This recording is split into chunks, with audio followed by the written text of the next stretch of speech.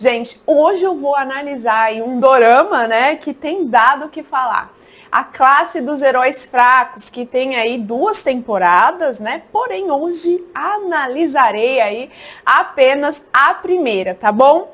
Bom, já vou avisando que tem alguns spoilers, não muitos, tá? Mas vocês vão saber mais ou menos aí o que acontece em algumas cenas que eu vou trazer aqui. Tá? Então, né, só trazendo uma introdução, uma trama aí bem intensa, né, e cheia de temas, tá? Que nos fazem refletir sobre a sociedade em que nós vivemos. A série, gente, ela aborda questões como bullying, violência, a ausência, né, de figuras parentais professores, polícia. A gente se questiona, quem assistiu a série se questiona, gente, cadê os adultos dessa série? Mas tudo bem, eu acredito que o foco aí do autor tenha sido de fato a questão com bullying, violência escolar e tudo mais, né? E o impacto, obviamente, que isso tem na formação do caráter aí dos personagens que estão na adolescência, né? É um retrato de jovens que muitas vezes se veem sozinhos no mundo, enfrentando desafios diários, enquanto tentam se encontrar aí. Mas o que eu quero explorar aqui com você vai além dos acontecimentos da trama, tá? A gente vai dar um zoom nos pensamentos e nas crenças dos personagens. Porque como psicóloga eu sei que por trás de cada atitude impulsiva existe aí um pensamento que molda as escolhas, né? E é aí que entra o conceito de pensamentos automáticos e distorções cognitivas, que na terapia cognitivo-comportamental, conhecida como TCC, nós entendemos que esses pensamentos automáticos são aquelas ideias que surgem na nossa mente de forma instantânea e muitas vezes sem qualquer filtro, tá? Então eles costumam ser rápidos, involuntários e podem ser aí extremamente negativos, tá? E esses pensamentos geram emoções intensas como medo, vergonha, frustração e acabam moldando o nosso comportamento, nos fazendo agir de forma impulsiva ou defensiva, como a gente consegue observar em várias cenas na série. Em três né, cenas específicas, eu vou apontar como as distorções cognitivas se manifestam nos personagens e como isso influencia diretamente as escolhas que eles acabam fazendo aí durante toda a série, tá? Então nós vamos analisar juntos e entender o que acontece por trás de falas e atitudes. Então já pega a pipoca, se acomoda e bora assistir, porque esse vídeo vai ser um mergulho psicológico na série. Não se esqueça, gente, deixar o like, tá? E se inscrever aí no canal para você acompanhar tudo que vem por aí. Bom, bora começar? E o primeiro personagem, tá, que eu quero analisar é o Bonsó. Afinal, a história dele, né, apresenta um dos exemplos mais claros de como as experiências de vida podem moldar os padrões de comportamento de um indivíduo, de uma pessoa, né? O Bonsó, ele é adotado na série por uma família pública, né, composta aí por políticos de destaque, que aparentam ser uma família perfeita, dedicada à causa pública e à moralidade. No entanto, né, gente, essa fachada de perfeição esconde aí uma realidade de abuso emocional, negligência. Então, o pai adotivo do Bonsó na série, né, ele é bem agressivo, controlador, e deixa-se subentender aí que ele simplesmente adotou não por amor, né? Ou por um desejo genuíno de cuidar dele, mas para manter uma imagem pública de uma família humilde, bondosa, unida perante a sociedade, tá? E esse tipo de dinâmica familiar gera, obviamente, profundas consequências psicológicas, tá? Então, o Bonsó, ele cresce sobre uma constante experiência de rejeição e abandono emocional. Ele é tratado como uma peça, né, num jogo ali de aparências, em que o que mais importa, né, é o que as outras pessoas pensam. Então, o pai adotivo, ao invés de oferecer apoio, acolhimento, que ele já não teve dos pais que o geraram, né, porque foi abandonado, o adotivo meio que faz a mesma coisa, né, porque só adotou ali, dá a casa, a comida, né, e o afeto, a orientação. né? Então ele utiliza o Bonsó como uma ferramenta para proteger sua própria imagem. Isso acho que fica claro na série.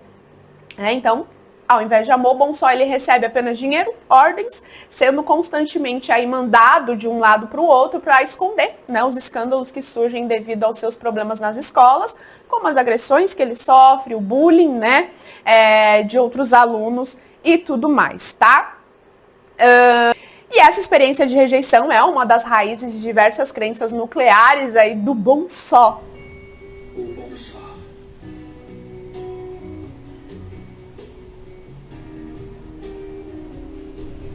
Ele foi estudar no exterior. Gabriele, o que são crenças nucleares? São, gente, ideias centrais sobre nós mesmos, sobre os outros e sobre o mundo, tá? Então imagina assim, para facilitar. Imagina a sua mente como um grande castelo medieval. Então as crenças nucleares são os alicerces, né, invisíveis desse castelo, tá? As pedras aí fundamentais que ninguém vê, né, mas que sustentam aquele castelo de pé. Né, sustenta ali tudo que existe acima. No caso dele, nós vemos as 3 classes de crenças, né, nucleares, aí, crenças centrais. A de desamparo, então ele acredita que ele não tem o controle sobre as situações, né, e que as outras pessoas são responsáveis pelos seus problemas. A gente vê também crença de desamor, aqui ele sente que não é amado, nem valorizado pelos outros, né, que as outras pessoas têm intenções aí negativas com ele, né, então imagine aí um jovem que em casa sempre ouviu que suas notas nunca eram suficientes, o pai ou o cuidador, né, só aparece para criticar, e ao chegar no trabalho, toda vez que seu chefe aí faz um comentário construtivo, você sente um frio na espinha, né, e pensa, ele só faz isso para me desmoralizar. Né? Então, é como se ativasse ali o seu sinal de alerta, e apesar da crítica ser construtiva, você acha que não, que foi para te envergonhar. E o que acaba acontecendo? Você evita feedbacks, não se propõe a projetos maiores e você mantém distância aí de quem tenta te ajudar.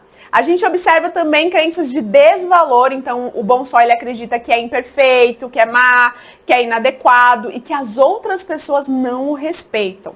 Gabi, como que essas crenças aí surgem, né? Geralmente se formam na infância, adolescência, quando somos mais vulneráveis, né? E absorvemos mensagem dos nossos pais, dos nossos professores vivenciamos aí experiências marcantes, como vemos em toda a história do personagem na série, certo? E sim, você, eu e toda a torcida do Corinthians, tá? Tem crença nuclear aí escondida e a gente precisa sim trabalhar elas, principalmente as mais desadaptativas, desajustadas, digamos assim. E o que eu pude notar também, não deixei de observar, né, algumas distorções cognitivas do Bonsó, que eu gosto de chamar de armadilhas mentais, para facilitar aqui. Então imagine assim, que a sua mente é uma sala cheia de espelhos, tá? E as distorções cognitivas são como um embaçado ali naquele espelho, umas rachaduras, né? Aquele descascado que alguns espelhos começam a ter, ou uma sujeira, sabe? Quando o espelho tá bem sujo, né? Que distorce a imagem que reflete no espelho. Tá? Você não consegue enxergar direitinho, bonitinho, o que tá ali naquele espelho. Gabi, e quais distorções o personagem então apresenta, né? Gente, abri uma ressalva aqui, tá? Que obviamente isso não é um veredito, não é, né? Não atendi, ele é um personagem, eu tô trazendo ali o que eu consegui observar, tá? Bem, e a grosso modo, né? Eu pude observar a leitura mental, então ele acredita que só uma coisa, tá? Quando eu falo de distorção cognitiva, então você já entendeu que é um erro aí na sua forma de enxergar as situações e existem várias distorções, vários tipos de distorções, certo? Vários tipos de armadilhas mentais. E aí eu vou trazer algumas dessas que eu consegui observar no Bonsó, tá? A gente pode, em uma mesma situação, apresentar mais de uma distorção, tá? Então eu observo a leitura mental, né? Então ele acredita que consegue ler a mente dos outros e saber o que os outros estão pensando, muitas vezes com interpretações negativas, como na parte em que ele passa a acreditar que está sendo manipulado, né, por seus amigos, como se as pessoas ao seu redor tivessem segundas intenções, apenas querendo tirá-lo de alguma forma, né, caçoar dele, ou usar ele de alguma maneira para alcançar algo. Tá? Então essa desconfiança constante é um reflexo direto das interações que ele teve com a família adotiva, né? Com os outros amigos das outras escolas onde ele também sofreu bullying. Então quando um filho ele cresce em um ambiente abusivo, manipulador, ele aprende a ver as relações como uma troca de interesse e não como uma troca genuína de afeto. Né? Em seu mundo, os laços aí são frágeis e podem ser usados para fins egoístas. Vamos ver uma cena em que essa distorção é nítida nele? Cara, você tava me sufocando. Ai, tá bem, foi mal. Fala sério, para de colocar os braços nos meus ombros. Por que você fica me arrastando de um lado pro outro? Eu quero saber por que você fica me controlando. Hein? Eu preciso parar só porque você quer que eu pare? Hein? Você faz alguma ideia do que aqueles idiotas fizeram? Você não faz ideia. Quando foi que eu te controlei, cara? Nessa mesma cena, tá, nós podemos dizer que a armadilha mental da rotulação também é presente. Lembra que eu falei que em uma mesma situação a gente pode ter várias armadilhas mentais, várias distorções, né? Então, a rotulação é presente, né, visto que ele rotula o amigo de forma negativa, com base em uma situação isolada, né? Então o amigo é controlador, tá tentando controlar, tá tentando manipular ele. E quem assistiu a série notou, gente, que o Surro só tava ali tentando ajudar o amigo. Vamos dar um exemplo na vida real? Digamos que você manda uma mensagem aí no grupo de trabalho, né? E ninguém responde por horas. E aí o seu pensamento automático, ele dispara. E ele pensa, claro, estão de sacanagem comigo, não é possível que não viram a mensagem. Vão usar aí as minhas ideias e me excluir depois. O que acontece com esse tipo de pensamento? Quando você tem esse tipo de pensamento, você se afasta do grupo. Você deixa de compartilhar insights e acaba perdendo aí a oportunidade de colaboração. Percebe, né? Consegue ver como a forma que a gente pensa vai influenciar no nosso comportamento. E o que a gente percebe também, que eu percebi, né, na série também, é o pensamento polarizado aí, é aquele pensamento de tudo ou nada, 8 ou 80, tá? Então aqui, digamos que tudo é visto em termos de extremo. E as outras pessoas são vistas como totalmente boas ou totalmente más. E esse padrão de desconfiança, gente, se manifesta aí no Bom Só, porque ele acaba acreditando que os amigos estão controlando, né? E mesmo com boas intenções, acabam sendo tratados por ele com certo ceticismo. Então ele não consegue entender o amor, né? Ou a amizade de uma forma pura, simples. Porque ele aprendeu que desde cedo, né, as pessoas, elas estão mais preocupadas com a sua própria imagem, os seus próprios interesses, do que com ele enquanto ser humano. Né? Então, ele não consegue ver que nós somos seres humanos, e sim, teremos atitudes ruins e teremos atitudes boas. Ali, ele esqueceu completamente o que os amigos fizeram por ele e só focou no polo de que os amigos eram ruins, tá? E isso é uma consequência direta do abandono emocional que ele sofreu dentro da sua própria casa, né? Onde o único vínculo que ele recebia era material, baseado aí em expectativas externas. Ok, gente? Um exemplo do cotidiano para facilitar a sua compreensão digamos aí que você faz uma apresentação ao vivo, num workshop, tudo sai dentro aí do esperado. Mas, sei lá, você esquece de citar um dado que você tinha colocado na sua apresentação. E imediatamente você pensa, poxa, eu falhei, eu nunca mais vou ser convidado para outro evento, né? Eu sou um péssimo profissional, como é que eu esqueci dessa informação? E o que acontece quando você pensa assim? Você se autocensura, você não se inscreve para novas palestras e aí com isso você perde visibilidade profissional. Mas isso tudo se constrói aí na cabeça do personagem, né, como uma tentativa de proteger a si mesmo das decepções, né?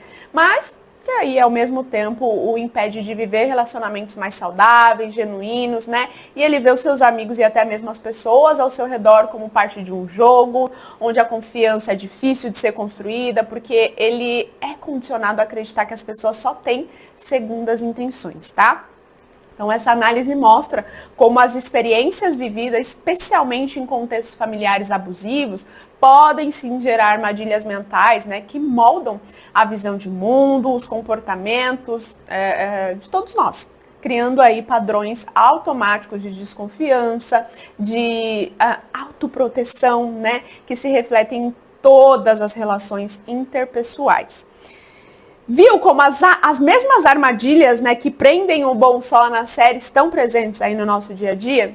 Conta aqui nos comentários se você já se pegou, né, lendo a mente de alguém, falando assim, eu acho que a pessoa está pensando que eu sou muito estranho, que eu sou esquisito, né? Ou você se pegou rotulando aí um grupo inteiro, né? A gente rotula, as pessoas falam, aquela pessoa é assim, é assado, nunca nem conversou, nem, né? Apenas ali pela aparência. Ou se você também já fez ali, já usou, né, do pensamento de 8 ou 80, né? Tudo ou nada, ou a pessoa é boa, ou a pessoa é ruim. Se sim, liga o seu sinal de alerta, porque esses padrões automáticos, tá, reforçam insegurança, ansiedade e afastam vocês das pessoas e das oportunidades, tá? Agora, bora pro desafio do vídeo, né? Eu quero que... Vai ter um desafio, gente, pra gente conseguir aí acessar essas distorções e, quem sabe, conseguir flexibilizar elas, tá? Então, eu quero que você anote ao longo do dia, né, em que você estiver vendo aí esse vídeo, um pensamento automático que tenha surgido na sua mente. Então, identifique as distorções que você aprendeu aqui hoje, tá? Foi o quê? A leitura mental? Foi o pensamento polarizado? Foi a rotulação? E aí você vai escrever do lado dessa distorção, desse pensamento, né, uma pergunta curiosa, tá? E que pergunta é essa, Gabriela? Escreve assim, será que esse pensamento que eu tive é 100% verdadeiro? Olha como isso já faz a gente pausar e pelo menos refletir. E pelo menos se questionar de onde é que eu tirei isso. Né? Então ali, se o bom só, naquele momento que ele achou que o amigo estava manipulando, pensasse, poxa, será que de fato o Sorro está querendo me manipular? O que aponta para isso? Por que é que eu tô achando isso? Ele iria talvez recordar que lá atrás o amigo o ajudou por inúmeras vezes, né? Ou pelo menos ele poderia perguntar pro amigo, né? Olha, eu tô percebendo que você tá querendo manipular, não sei, às vezes é minha forma de interpretar as relações, me desculpe, mas é isso, sabe? E, né, é isso, gente. Eu quero também que você compartilhe aqui nos comentários qual a armadilha mental você identificou hoje, tá? E, inclusive, se você quiser ir mais fundo, né, e aprender a mudar esses pensamentos com técnicas da TCC, já sabe. Aponta seu celular aí pro QR Code que tá aparecendo aqui em algum lugar dessa tela, ou você clica no link que tá aqui na descrição, tá bom? Que eu vou deixar e entra aí pro desafio de 7 dias para mudar sua forma de pensar. Tá certo, gente? Então é isso, até o próximo vídeo. Tchau, tchau. E não perde, tá? Porque na próxima semana eu vou trazer a análise dos outros personagens também, tá bom? Agora sim, tchau, tchau!